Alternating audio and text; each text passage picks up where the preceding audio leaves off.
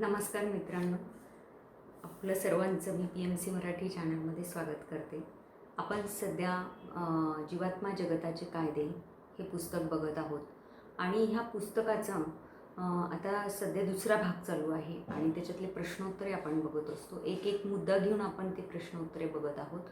तर मागच्या सत्रामध्ये आपण जीवात्म्यांचे जग हा एक मुद्दा घेतला होता आणि त्या मुद्द्यावर आधारित जे पण काही प्रश्न होते ते मागच्या सत्रात पाहिले. आता तोच मुद्दा पुन्हा कंटिन्यू करून त्याच्यात काही प्रश्न आहेत ते आता आपण या सत्रात बघणार आहोत. तर पहिला प्रश्न आहे, पुनर्जन्माची आवश्यकता का आहे? जीवात्म्यांच्या जगातच आपण उन्नती का करू शकत नाही? अतिशय महत्त्वाचा प्रश्न आहे की आपल्याला पुनर्जन्म हा पृथ्वीवर का वारंवार घ्यावा लागतो. पहिलं म्हणजे पुनर्जन्म नेमकं काय आहे ते आपण समजून घेऊया की पृथ्वीवर आपण आपल्या आध्यात्मिक प्रगती करण्यासाठी पुन्हा पुन्हा जन्म घेत असतो. मग ते शेकडो नाही तर हजारो जन्मसुद्धा आपण पृथ्वीवर घेत असतो. मग ते वेगवेगळ्या देशांमध्ये, वेगवेगळ्या धर्मांमध्ये, त्याचबरोबर वेगवेगळ्या फॅमिलीमध्ये आपण जन्म घेत असतो आणि पुन्हा पुन्हा जन्माला येत असतो. यालाच पुनर्जन्म असं म्हणतात. आणि हा पुनर्जन्म, आता तुम्हाला वाटत असेल की हा आपला काही पृथ्वीवरचा पहिला जन्म आहे, तर असं नाही आहे. तर आपल्या कैक पुनर्जन्मांपैकी हा पृथ्वीवरचा आपला एक जन्म आहे मित्रांनो. असे आपण अनेक पुनर्जन्म पृथ्वीवर घेतलेले आहेत. मग हे पुनर्जन्म घेण्याची आवश्यकता काय आहे, तो पहिला प्रश्न त्यांनी विचारला आहे. तर पुनर्जन्म का घ्यायचा असतो? तर आपली आध्यात्मिक उन्नती करण्यासाठी आपण पुनर्जन्म घेत असतो असं त्यांनी सांगितलेलं आहे. त्याच्याने आपला आत्म्याचं शुद्धीकरण होतं, कर्माचं बॅलन्सिंग होतं. ह्या सगळ्या गोष्टी आपण मागे पण त्याची कारणं पाहिलेली आहेत आणि म्हणून आपण पृथ्वीवर पुन्हा पुन्हा जन्म घेत असतो. आणि पुढे ते विचारतायत की जीवात्म्यांच्या जगातच आपण उन्नती का करू शकत नाही? अगदी बरोबर आहे. जर आपण जीवात्म्या जगतामध्ये राहूनही आपल्या आत्म्याचा स्तर वाढवू शकतो, आत्मिक उन्नती करू शकतो, मग पृथ्वीवर येण्याची काय गरज आहे, असा हा प्रश्न आहे. तर बरोबर आहे. तर जीवात्म्यांच्या जगतामध्ये जी आत्म्याची प्रगती होत असते ती अतिशय सावकाश पद्धतीने होत असते. तिचा वेग अतिशय कमी असतो. त्या मानाने पृथ्वीवरचा वेग अतिशय जास्त असतो. लवकर आपण प्रगती करू शकतो पृथ्वीवर. अधिकाधिक कमी वेळामध्ये आपण आपली आध्यात्मिक उन्नती ही जास्त फास्ट करू शकतो आणि म्हणून आपण पुन्हा पुन्हा पृथ्वीवर जन्म घेत असतो असं या ठिकाणी त्यांनी सांगितलेलं आहे. जीवात्म्यांच्या जगामध्ये राहिलं तर आपल्याला काय होतं की जीवात्म्यांच्या जगतामध्ये आपण पाहिलेलं आहे मागच्या सत्रामध्ये की जीवात्म्यांच्या जगतामध्ये जे पण काही चांगले आत्मे आहेत ते सर्व एका ठिकाणी राहत असतात आणि दुष्ट आत्मे एका ठिकाणी, वाईट आत्मे एका ठिकाणी, अशा कॅटेगरीमध्ये ते आत्मे राहत असतात. मग जेव्हा आपण चांगल्या आत्म्यांमध्ये राहत असतो तर आपल्याला कसोटी किंवा परीक्षाच नसते ना तिथे. सगळेच चांगले आत्मे आहेत, आपले सगळं मनासारखं होतं, आपल्याला जे पाहिजे ते सगळं करता येतं आहे, कुठली समस्याच येत नाही आहे, कारण सगळे चांगलेच लोक आहेत. चांगल्या लोकांमध्ये काही प्रश्नच नाही आहे ते आपल्याला. मग आपली प्रगती पण त्याच दिशेने संतपणानेच चालणार आहे. पण पृथ्वीवर तसं नाही आहे. पृथ्वीवर आपल्याला दुष्ट लोकांबरोबरही, वाईट लोकांबरोबरही राहायचं आहे आणि तीच आपली खरी कसोटी आहे. त्यांच्याबरोबर राहून आपल्याला आपल्या आत्म्याची उन्नती करायची, आपल्या आत्म्याची शुद्धी करायची आहे आणि खऱ्या अर्थाने तिचं मूल्यमापन इथे छान पद्धतीने होणार आहे पृथ्वीवर. आणि म्हणून तो वेग हा फास्ट आहे आणि तो एक प्रकारचा धोका पण आहे पृथ्वीवर. असं नाही की पृथ्वीवर आल्या म्हणजे की आपण आपली उन्नतीच करणार आहे, असं नाही आहे. पृथ्वीवर आल्यानंतर आपल्याला बऱ्याच वेळा म्हणजे आपण तर विस्मृतीच पावलेलो असतो आपल्या सगळ्या जन्मांची आणि आपण सगळ्या विस्मृतींनी इथं आलेलो आहोत. आपल्याला कुठल्याही गोष्टीची आठवण नाही, आपण इथे का आलेलो आहोत. आणि तरीही अशा अवस्थेमध्ये आपण आपल्या आत्म्याची प्रगती करायची आहे. पण हा एक धोका आहे, कारण आपण सगळं विसरलेलो आहोत आणि कदाचित आपण वाईट मार्गालाही लागू शकतो आणि आपल्या आत्मेचा ऱ्हास पण होऊ शकतो. म्हणजे जिथं प्रगती करायची आहे तिथं अधोगती पण आपली आत्म्याची होऊ शकते. त्याच्यामुळे हा धोका बरेच आत्मे तरीही पत्करतात, कारण त्यांना आपला आत्म्याचा स्तर हा उंच करायचा आहे, चांगल्या लोकांमध्ये जायचं आहे. आणि म्हणून मित्रांनो, जीवात्म्यांच्या जगतामध्येही आपण प्रगती करू जरी शकत असलो तरी तिचा वेग कमी असल्याने आपण पृथ्वीवर पुन्हा पुन्हा जन्म घेत असतो. आणि त्याच्यामध्ये त्यांनी एक सांगितलं आहे की आपली पुनर्जन्माची प्रक्रिया नेमकी कशी चालते. तर ते आपण थोडक्यात बघूया की पुनर्जन्मासाठी तुम्ही तुमच्या लोकाच्या उच्च भल्या आत्म्याकडे अर्ज करणे आवश्यक असते. पुनर्जन्म का हवा आहे त्यासाठी तुम्हाला कारणे द्यावी लागतात. बहुधा मुख्य कारण म्हणजे तुमच्या कर्मांची परतफेड करणे, तुमचे जीवन कार्य पूर्ण करणे आणि आध्यात्मिक उन्नती करून घेणे हे असते. जर एखाद्या आत्म्याकडे परतफेडीसाठी खूपच कर्म साठलेले असेल तर त्याची परतफेड जीवात्म्यांच्या जगात करणे शक्य नसते. म्हणून त्याला पृथ्वीवर पुन्हा जन्म घ्यावाच लागतो. काही वेळा फारसे कर्म न साठलेला आत्माही पृथ्वीवर पुन्हा जन्म घेऊ इच्छितो, कारण पृथ्वीवरची एखादी प्रिय व्यक्ती चुकीच्या मार्गाने जात असते आणि ह्या आत्म्याला तिला मदत करायची असते. म्हणजे ह्या कारणांमुळेही तो पृथ्वीवर जन्म घेत असतो. पुढे ते म्हणतायत की तुम्हाला कोणत्या प्रकारचं प्रशिक्षण आणि कसोटी घ्यायची आहे हे तुम्ही स्पष्ट करायला हवे. उदाहरणार्थ, तुम्ही तुमच्या जीवन कार्यासाठी आवश्यक असलेले सकारात्मक गुणधर्म तुम्हाला विकसित करू देतील अशा लोकांची आणि अनुभवांची निवड करू शकता. जर तुम्हाला तुमच्या गर्वाबद्दल कसोटी द्यायची असेल तर तुमचं गर्व तोडणारे आणि तुम्हाला नम्रता शिकवणारे धडे तुम्हाला सतत मिळत राहतील. म्हणजे जर गर्व आपला कमी करून घ्यायचा असेल तर अशाच प्रकारचे घटना समस्या आपण पृथ्वीवर निवडू इच्छितो आणि त्याच्याद्वारे त्या समस्यांद्वारे आपण आपला गर्व कमी करू शकतो, असं त्यांचं म्हणणं आहे.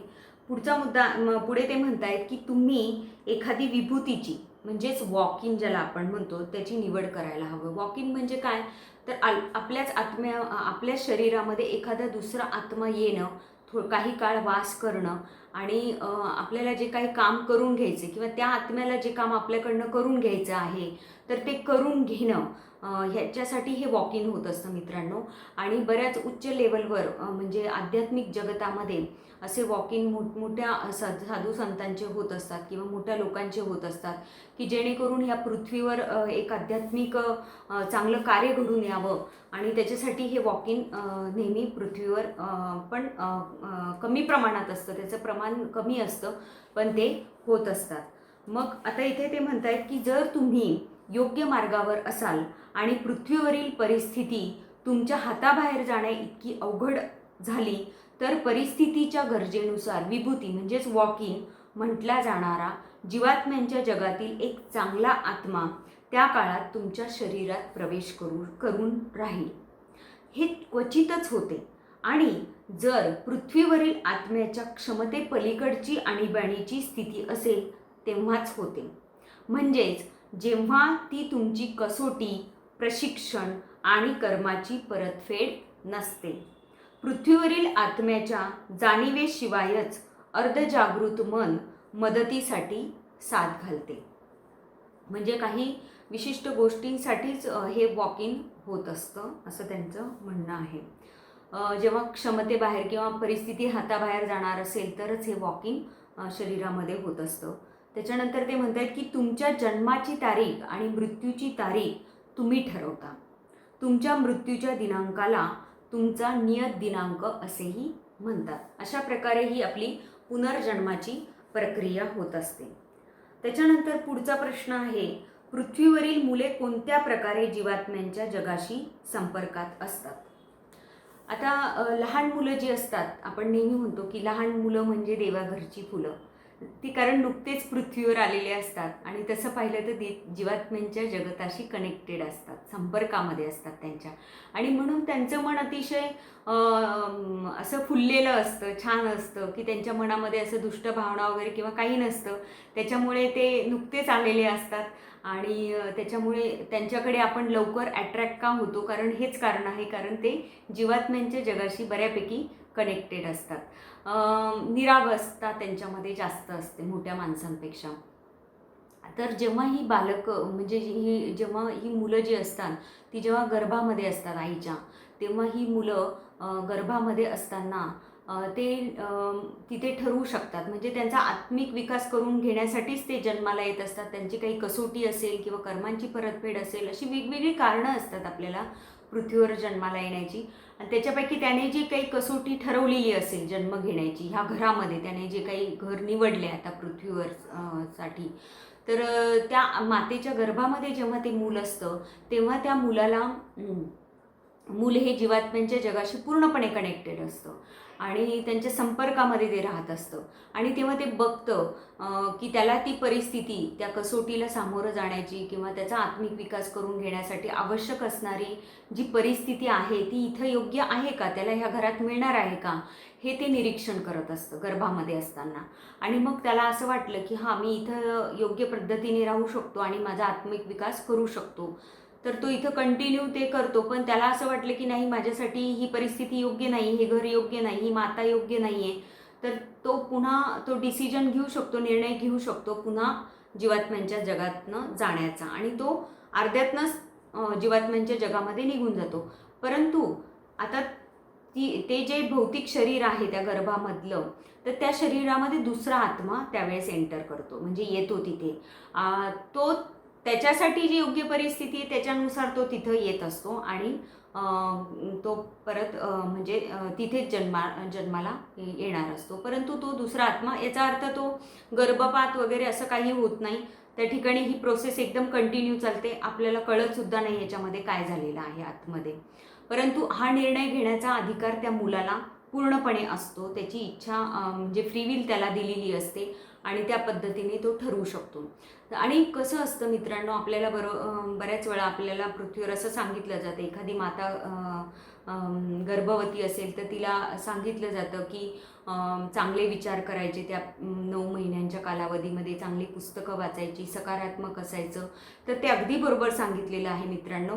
कारण खरोखर ही मुलं जी असतात ती तुमची एनर्जी लेवल असते ती कॅच करत असतात आणि ती ऊर्जा शोषून घेण्याची ताकद त्यांच्यामध्ये असते आणि त्यांना सगळं कळत असतं काय चाललेलं आहे. समजा जर माता दुःखी असेल, तिला काही वेदना होत असतील, मानसिकरित्या ती खूप भयानक अवस्थेमध्ये असेल किंवा वाईट विचारवर्तन ती करत असेल आणि एखाद्या आत्म्याला जर स्वतःचा आध्यात्मिक विकास करून घ्यायचा असेल आणि त्याच्यासाठी जर ही परिस्थिती योग्य नसेल, तो आत्मा सगळी ऊर्जा शोषून घेतो ही नकारात्मक. आणि त्याला कळतं की हे तर माझ्यासाठी अजिबात योग्य नाही आहे ही परिस्थिती.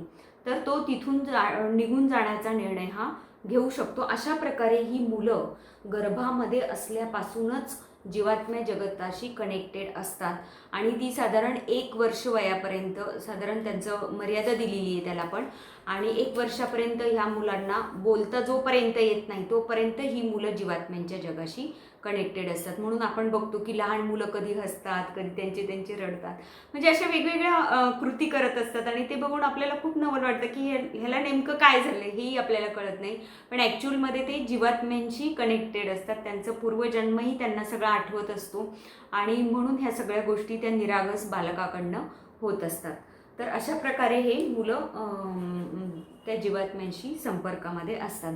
पुढचा प्रश्न आहे, आपण बोलू लागल्यावर जीवात्म्यांच्या जगाशी असलेले आपले सर्व बंध तुटतात का? तर ते म्हणजे त्यांचं असं म्हणणं आहे की वयवर्ष 1 झाल्यानंतर मुलं बोलायला लागतात. तर मग आपण आपल्या जीवात्म्यांशी संपर्क तुटतो का? तर नाही मित्रांनो, ते म्हणतायत की अजिबात नाही तुटत. तर तो संपर्क आपला अजूनही असतो पृथ्वीवर. तो कसा असतो, आपण मागच्या सत्रामध्ये चंदेरी बंध बघितला. ह्या चंदेरी बंधाद्वारे काय होतं की भौतिक शरीर आणि आत्मा यांना साधणारा हा दुवा म्हणजे चंदेरी बंध आहे. जेव्हा आपण अतिशय गाढ झोपेमध्ये असतो आणि स्वप्नरहित अवस्था जेव्हा असते, तेव्हा आपण आपल्या प्रियजनांना जीवात्म्यांच्या जगतात जाऊन, या चंदेरी बंधाद्वारे जाऊन त्यांना भेटतो, त्यांच्याशी संवाद साधतो. ते आपल्याला मार्गदर्शन करतात, आपल्याला शांत करतात, सल्ले देतात आणि पुन्हा पृथ्वीवर पाठवत असतात. म्हणजे ही प्रक्रिया आपली चालू असते, पण आपल्याला त्याची जाणीवसुद्धा नसते. कारण आपलं भौतिक मन हे झोपलेलं असतं पूर्णपणे त्या गाढ अवस्थेमध्ये. ते भौतिक मनाची क्रिया पूर्ण बंद झालेली असते आणि अर्धजागृत मन तेव्हा जागृत झालेलं असतं आणि त्या कंडिशनमध्ये ह्या सगळ्या गोष्टी आपल्या होत असतात आणि त्याद्वारे आपण जीवात्म्यांशी तेव्हा कनेक्टेड असतो. पण इथेही काय असतं की सगळेच नसतात कनेक्ट.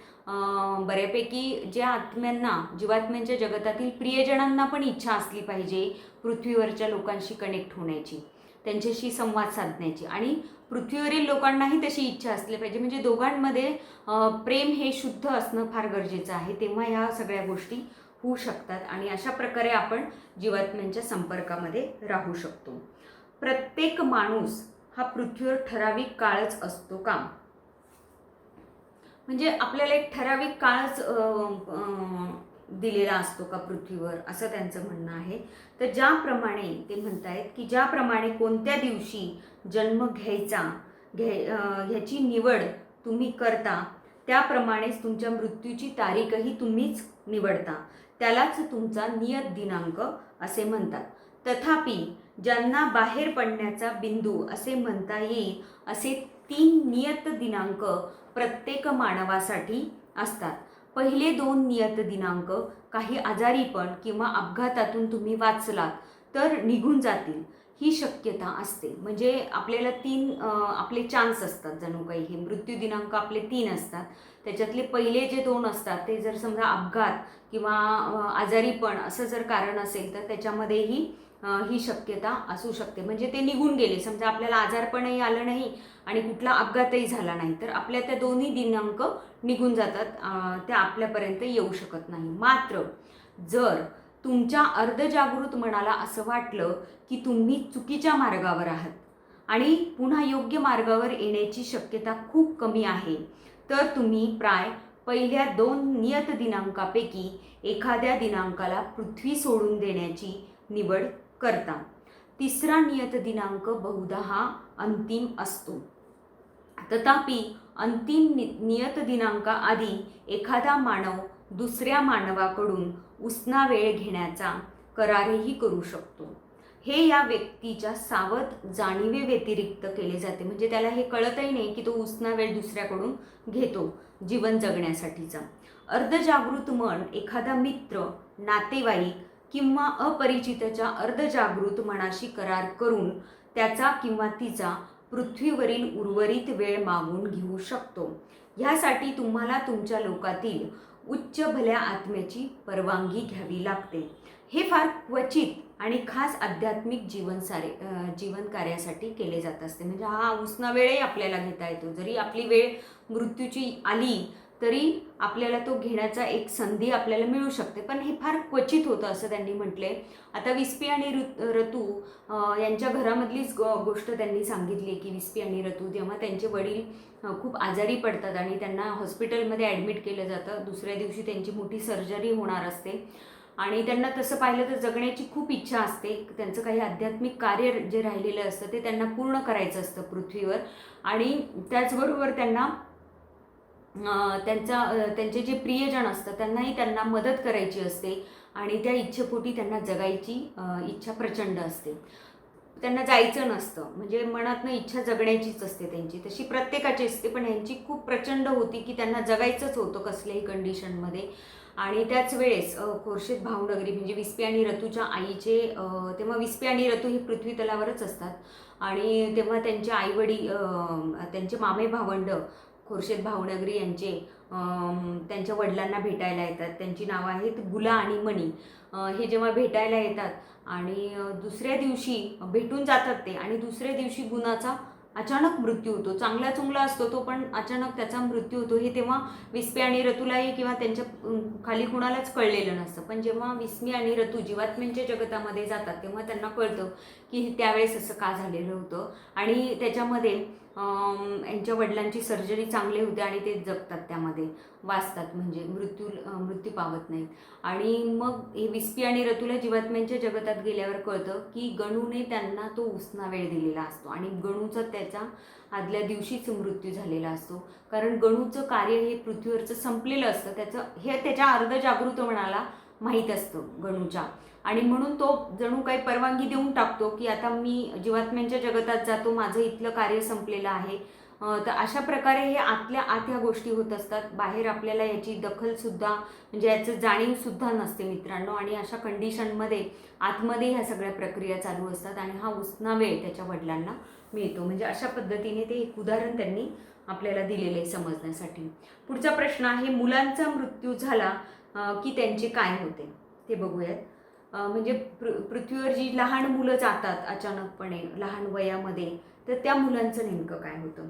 तर जी मुले पृथ्वीवर मुले म्हणून मरण पावतात ती जीवात्मा जगात मुलांच्या स्वरूपातच जातात व ती जीवात्मा जगात मुले म्हणूनच वाढतात.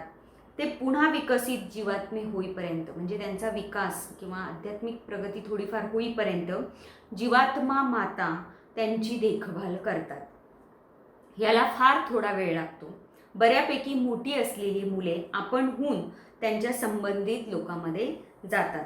पृथ्वीवर मरण पावणारे काही वयस्क जीवात्म्यांच्या जगात येतात, पण आपण मेलेलो आहोत यावर विश्वास ठेवण्यास ते तयार नसतात. रतू अशा आत्म्यांसोबत काम करतो. ह्याप्रमाणेच आपण कोणत्या वातावरणात आहोत हे समजून देण्यासाठी मुलांना जीवात्मा मातांची गरज भासते. थोड्याच काळात हे आत्मे वाढतात आणि त्यांचे नैसर्गिक जीवात्म स्वरूप धारण करतात. अशा पद्धतीने हे मुलं लहान मुलांच्या सारखेच जीवात्म्या जगतात जातात. तिथं त्यांचा विकास केला जातो आणि पुढे ते वेगवेगळ्या लोकांमध्ये चालले जातात. पुढचा प्रश्न आहे, प्राणी मरतात तेव्हा त्यांचे काय होते. तर जसं मनुष्य मरतो तेव्हा जीवात्म्यांच्या जगतामध्ये जसा मनुष्य जात असतो तसं प्राण्यांचंही एक जीवात्म जग असतं, ते वेगळं असतं.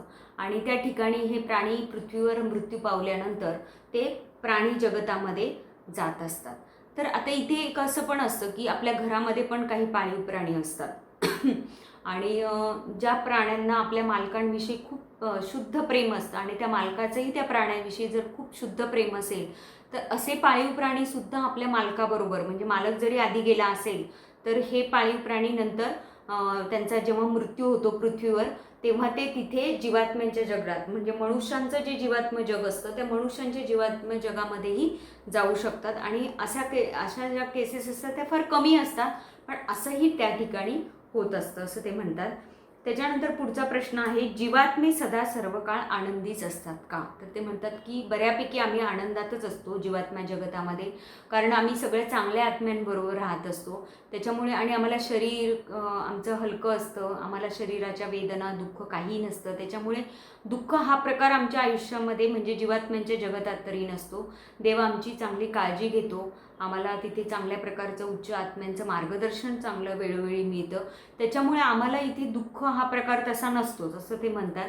परंतु पृथ्वीवरील आमचे प्रियजन जेव्हा दुःखामध्ये असतात किंवा एखाद्या समस्येमध्ये असतात किंवा त्यांचा आध्यात्मिक ऱ्हास होत असेल, ते कुठे भरकटले जात असतील, वाईट विचारांकडे चालले जात असतील, तर अशा वेळेस मात्र ह्या जीवात्म्यांना दुःख होत असतं असं त्यांनी सांगितलेलं आहे. बाकी दुसरं दुःखाचं काहीच कारण नसतं, आपणच त्यांच्या दुःखाचं मेन कारण असतो. आपण जर आनंदी छान राहिलो, अध्यात्माच्या याच्यावर चांगल्या वाटेवर चाललो तर त्यांना दुःख करण्याचं काहीच कारण नाही मित्रांनो, ते खूप आनंदात आहेत असं त्यांनी विस्पे आणि रतुआ यांनी आपल्याला सांगितले. पुढचा प्रश्न आहे, सगळे जीवात्मे देवाला भेटलेले आहेत का. तर त्यांनी सांगितलं की नाही, सगळे जीवात्मे हे म्हणजे जरी मृत्यू झाला आणि आपण जीवात्म्यांच्या जगात गेलो तर आपल्याला असं वाटतं की आपण देवाला भेटू वगैरे, तर तसं नाही होत मित्रांनो. ते म्हटलं की बरेच जीवात्म्यांनी देवाला पाहिलेलं सुद्धा नाही आहे. परंतु जे काही उच्च आत्मे आहेत, उच्च लेवलवर एक लेवल असते तिथे आत्म्यांची म्हणजे एनर्जी फ्रिक्वेन्सी जी म्हणतो आपण, हाय लेवल असेल एकदम, तर ते मात्र देवाला भेटू शकतात, त्यांच्याशी संवाद साधू शकतात. परंतु जीवात्म्यांच्या जगतामध्ये जे पण काही आत्मे राहत असतात जीवात्मे, त्यांना देव असतो, देव हा सर्वशक्तिमान आहे, देव हा आपला खूप प्रेमळ आहे, तो आपल्याला खूप छान पद्धतीने मदत करतो, ह्याची जाणीव मात्र ह्या सगळ्या जीवात्म्यांना असते. आणि ते त्यामुळे देवाला खूप मानतात आणि त्यांची देवावर प्रचंड श्रद्धाही असते. तर आता मित्रांनो, आपण जीवात्म्यांचे जग याच्यामध्ये जे काही प्रश्न आले ते बघितले. तर पुढचा मुद्दा आहे आत्मा आणि अर्धजागृत मन. तर ह्याच्याविषयी काही प्रश्न आहेत ते आपण आता समजून घेऊयात, त्याची उत्तरं जाणून घेऊयात. तर त्याच्यातला पहिला प्रश्न आहे ह्या मुद्द्यामधला की अर्धजागृत मन आणि आत्मा हे एकच आहेत का? आपण मागच्या सत्रामध्ये अर्धजागृत मन काय असतं हे पाहिलेलं आहे मित्रांनो. आणि त्यांचं हेच म्हणणं आहे की आत्मा आणि जो अर्धजागृत मन हे एकच आहेत का बुवा. तर त्याचं उत्तर आपण समजून घेऊया. पृथ्वीवर अर्धजागृत मनासाठी अनेक व्याख्या आणि गैरसमज आहेत, म्हणून आम्ही तुम्हाला तुमच्या आधीच्या सर्व कल्पना बाजूस ठेवण्यास सांगतो. अर्धजागृत मन ही तुमची सतसत विवेक बुद्धी आहे. सॉरी, असा विचार करा. त्याला तुमचे उच्च मन, उच्च अस्तित्व आणि किंवा आतला आवाज असेही म्हणता येईल. म्हणजे अशी वेगवेगळी नावं आपण त्याला देत असतो ह्या अर्धजागृत मनाला. तुम्ही एक जीवात्मा आहात जो पृथ्वीवर एका भौतिक शरीरामध्ये आहे. तुमची निर्मिती देवाने आधी एक जीवात्मा म्हणून केली, मानव म्हणून नव्हे. तुम्हाला एक आत्मा म्हणून निर्माण करण्यात आले आणि त्या आत्म्याला एक अर्धजागृत मन असते. हा आत्मा म्हणजे तुमचे चिरंतन जीवात्मिक शरीर होय. म्हणजेच काय तर आत्मा हे आत्म्यावर नियंत्रण कोण ठेवत असतं तर हे अर्धजागृत मन नियंत्रण ठेवत असतं. आणि आपल्या भौतिक शरीरावर कोण नियंत्रण ठेवतं तर ते आपलं भौतिक मन ठेवत असतं. म्हणजे अशा पद्धतीने त्यांची ही विभागणी त्यांनी सांगितलेली आहे. ज्याप्रमाणे तुम्हाला पृथ्वीवर एखादे भौतिक शरीर असतं त्याचप्रमाणे तुम्हाला तुमच्या जीवात्मिक शरीराला आत्मा असे म्हणतात. म्हणजे आपलं मृत्यूनंतर आपलं जे जीवात्म स्वरूप येत असतं त्यालाच आत्मा असं म्हटलं गेलेलं आहे. म्हणजे ज्या आपल्याला जसं आता आपल्याला जसं आपलं शरीर दिसतं तसंच मेल्यानंतर जे शरीर आपलं येतं एक प्रकारचं त्याला आत्मा असं म्हटलं गेलेलं आहे आणि त्याच्याशी ते कनेक्ट असतं, तो अमर आहे असंही ते म्हणतात. अर्धजागृत मन हे तुमचं खरं आध्यात्मिक मन आहे. ज्याप्रमाणे भौतिक मन शरीराला मार्गदर्शन करते त्याप्रमाणेच अर्धजागृत मन हे आत्म्याला मार्गदर्शन करीत असते. आत्मा आणि अर्धजागृत मन हे चिरंतन काळ एकत्र असतात. म्हणजे जसं की चिरंतन काळ एकत्र असतात म्हणजे जसं आपण पृथ्वीवर जन्म घेतला तेव्हाही आपल्या आत्म्याबरोबर ते अर्धजागृत मन आपल्याबरोबर सदैव वास करत असतं. आणि जेव्हा आपण जीवात्म्यांच्या जगतामध्ये जातो तेव्हासुद्धा हे अर्धजागृत मन सदैव आपल्याबरोबर सतत राहत असतं. म्हणजे ते जणू काय आत्म्याशी पूर्ण कनेक्ट असतं असं म्हटलं तरी चालेल.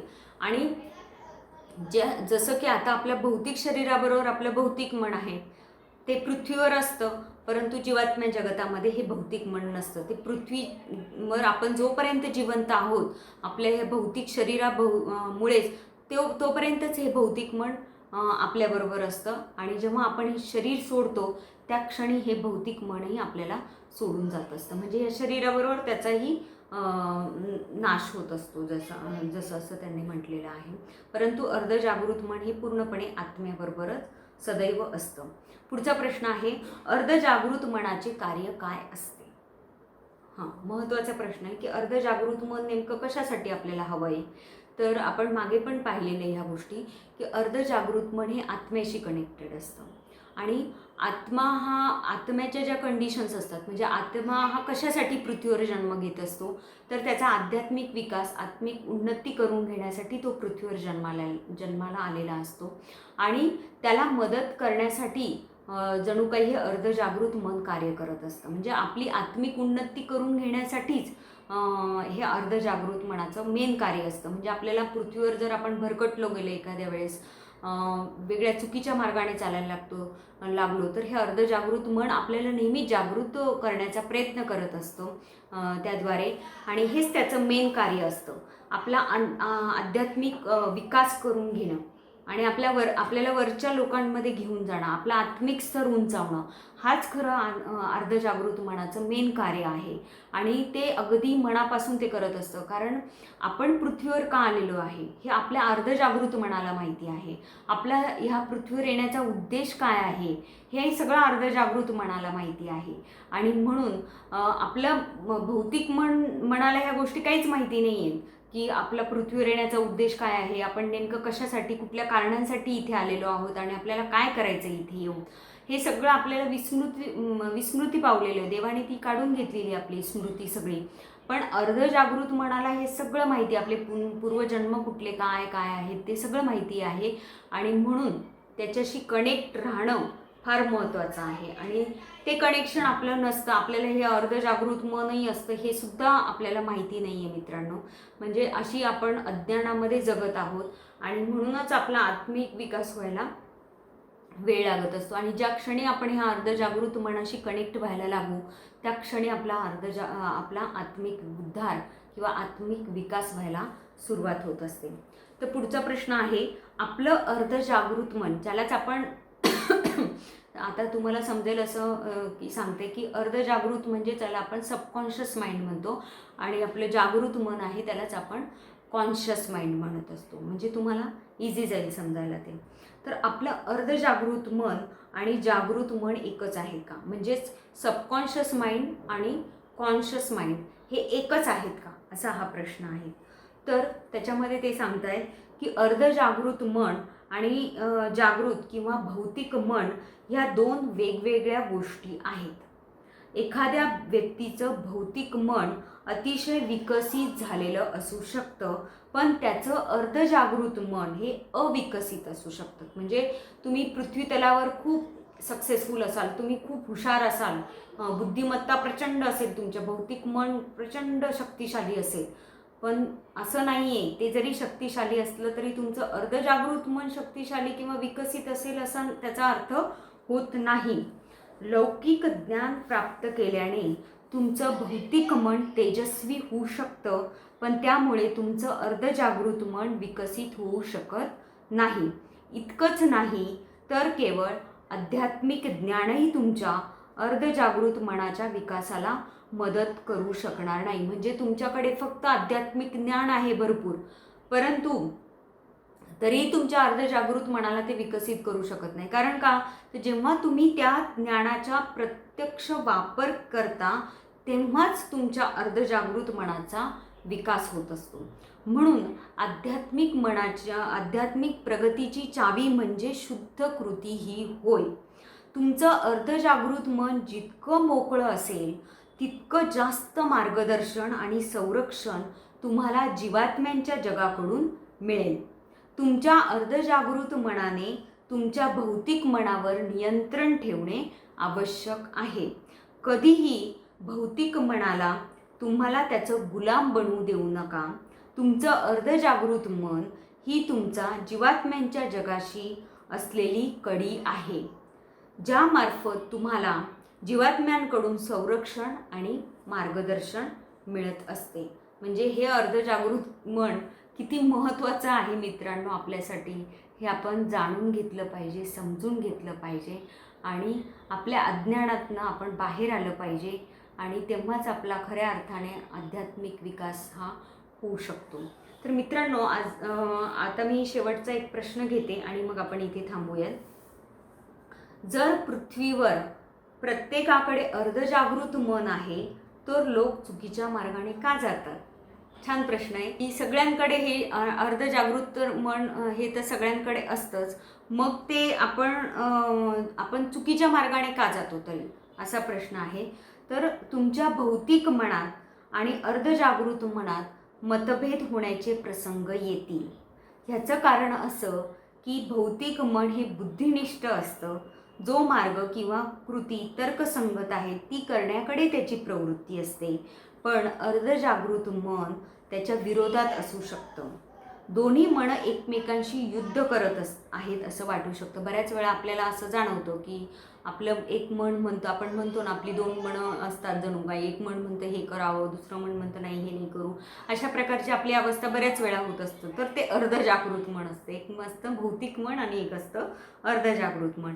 ही चांगली गोष्ट आहे खरं म्हणजे. हे जे वाद होतात ना दोन्ही मनांमध्ये ते चांगलं आहे असं ते म्हणतात. जर भौतिक आणि अर्धजागृत मनामध्ये काहीच युद्ध नसेल तर ह्याचा अर्थ असा की तुमचं अर्धजागृत मन काम करत नाही आणि तुमच्या भौतिक मनाने तुमचा पूर्ण ताबा घेतलेला आहे. पृथ्वीवरील कोणत्याही मानवाला पूर्णतः त्याच्या अर्धजागृत मनाद्वारे नियंत्रित करता येणे शक्य नाही. ह्याचं कारण असं की सामान्यतः माणसाचं अर्धजागृत मन फार कमी प्रमाणात खुलं असतं, पण अर्धजागृत मन इतकं प्रभावी असतं की जरी त्याचा फार थोडा भाग खुला असला तरीही ते 100% खुला असलेल्या तुमच्या भौतिक मनाला पूर्वसूचना देऊ शकतं.